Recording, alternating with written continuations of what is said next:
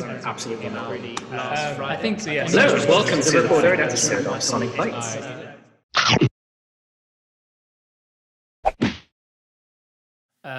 It was the first 8 tracks almost like a palate cleanser, to kind of take away that expectation that I had of her. And then when it was cleansed, when the second 8 came in, I was kind of listening to it with a slightly more open mind. I guess it's like a fan versus a casual listener thing as well.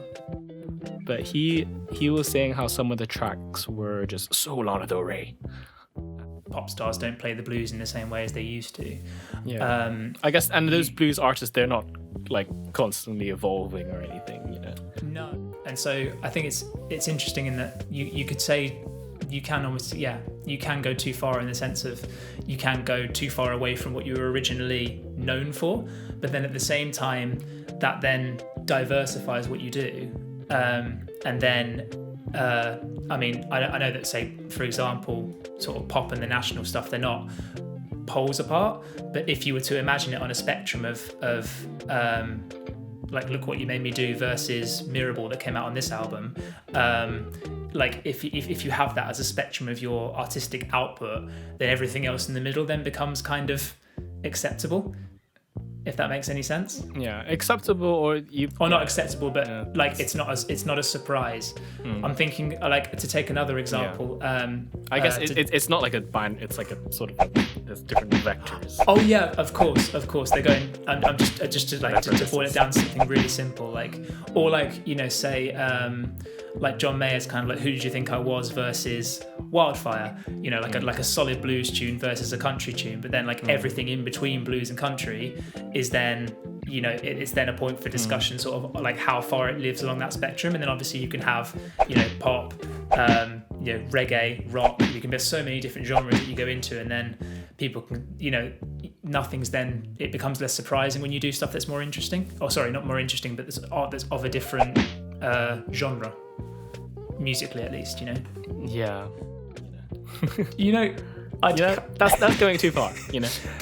In one sense, yes, but in another sense, I think, like, it's almost not that it's a circle, but like if you were to go too far and then like come back again, it's like it's so far gone from what Nickelback would do that if they brought out reggaeton, like, I think a lot of people would just generally be curious and you'd listen to it just out of like, did they really, like, you'd almost to make sure you weren't hallucinating, like, did they really bring out a reggaeton album? In 5, they brought out songs about Jane.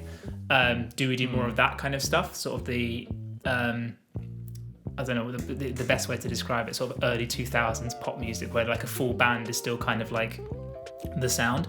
Do we do more of that, or do we try and stay relevant and go with what you know, go into sort of more electronic music and sort of you stick with what sounds popular and do that instead, and sort of risk alienating the people who really liked songs about Jane, but then at the same time we then get, you know, you have the chance of getting new people who will like the next album you bring out, and so on and so forth. And so, like, I think it's an interesting way of, it's a way of getting new fans, but it's also the whole risk of alienating them as well. I think a good sirens.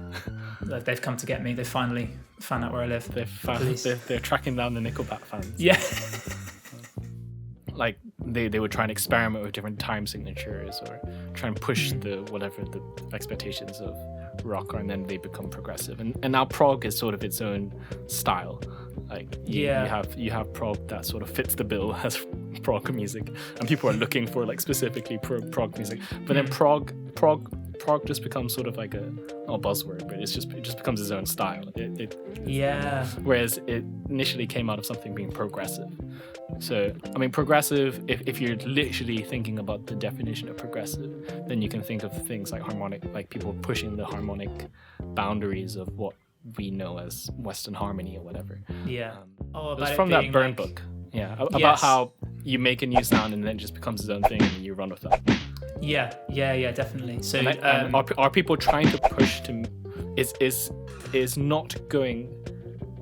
I guess going too far is such a weird way to put it, but it is, isn't it? But is making the overdriven guitar going too far in that context? But then now it's become like a staple of everything we listen to.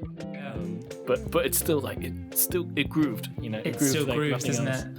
And that Quintuple Swing is that whole thing. You split a beat into 5 or 2 beats into 5, and then you sort of imply it, but it doesn't have to be mathematically like 6. 1 2 3 1 2 1 2 3 1 2 Yeah. 1 2 3 1 2 1 2 3 1 2. Yeah, you can play around within those parameters of the 3 and the 2. Yeah. This is my bad visual representation of quintuplet swing, but yeah, you can shift it around and make that feel different. And he's almost like gone to. You can see him going too far, and he's just pulling it back a bit to be like, hey, this is comprehensible. This is what I'm thinking about. This is my intention. You can interpret it whatever way you want, but this is my intention of when I challenge the boundary. And you almost sort of have to do that, I guess, if you're trying to make a living as an artist at the same time as you're innovating. Yeah. Saying that a load of that was literally just random word association. You know, you have like bone digger, dogs in the moonlight, you know, dog, bone. He literally just. He was saying like a lot of it means very little. Yeah, I mean, just to bounce off that, I feel like there's also needs to be space for music to be disliked as well. Yes. I need to think about that a bit more, just in my personal life experience. To get all like, you know, philosophical. But yeah, there also needs to be a place for disliking music, because without it, you know, it's like you can't judge anything. Yeah. Like because there are albums where you listen to it and you're like, damn, that was innovative. Like the gut reaction is like, yes, like Taylor Swift, or like when people first listen to Billie Eilish, and the gut, or the new record that came out last year, When We All Fall Asleep, Where Do We Go? People were literally like, wow, this is the future of pop music, because it's like it's different from like anything that's been released before.